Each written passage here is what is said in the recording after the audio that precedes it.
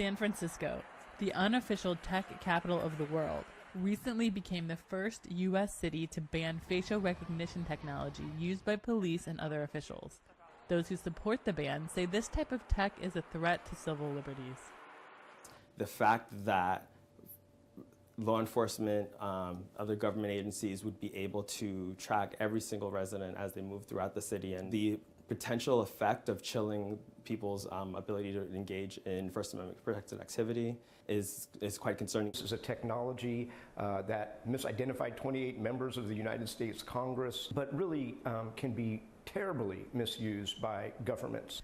China has embraced the facial recognition technology as part of its massive domestic security operation.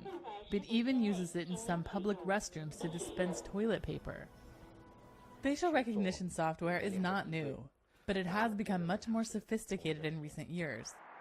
Apple uses facial recognition as a feature to unlock the latest iPhones. Amazon shareholders voted on 2 measures to limit Amazon's use of its own facial recognition technology. Both failed. Lawmakers in Washington are still assessing the technology's impact on civil rights. We've never seen anything like this technology before. Critics argue that facial recognition technology is sometimes flawed and fails more often when identifying women and people of color.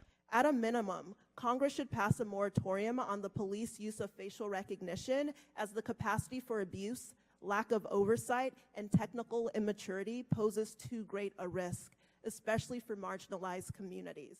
But some on the cutting edge of biometrics say that the technology has uses that benefit humanity.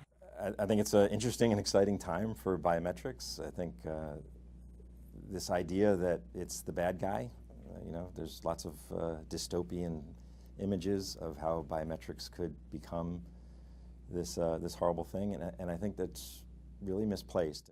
Hansen's company, Credence ID, uses facial recognition technology and other biometrics like thumbprints to help identify people in the developing world who need things like food, medical supplies, or infant formula.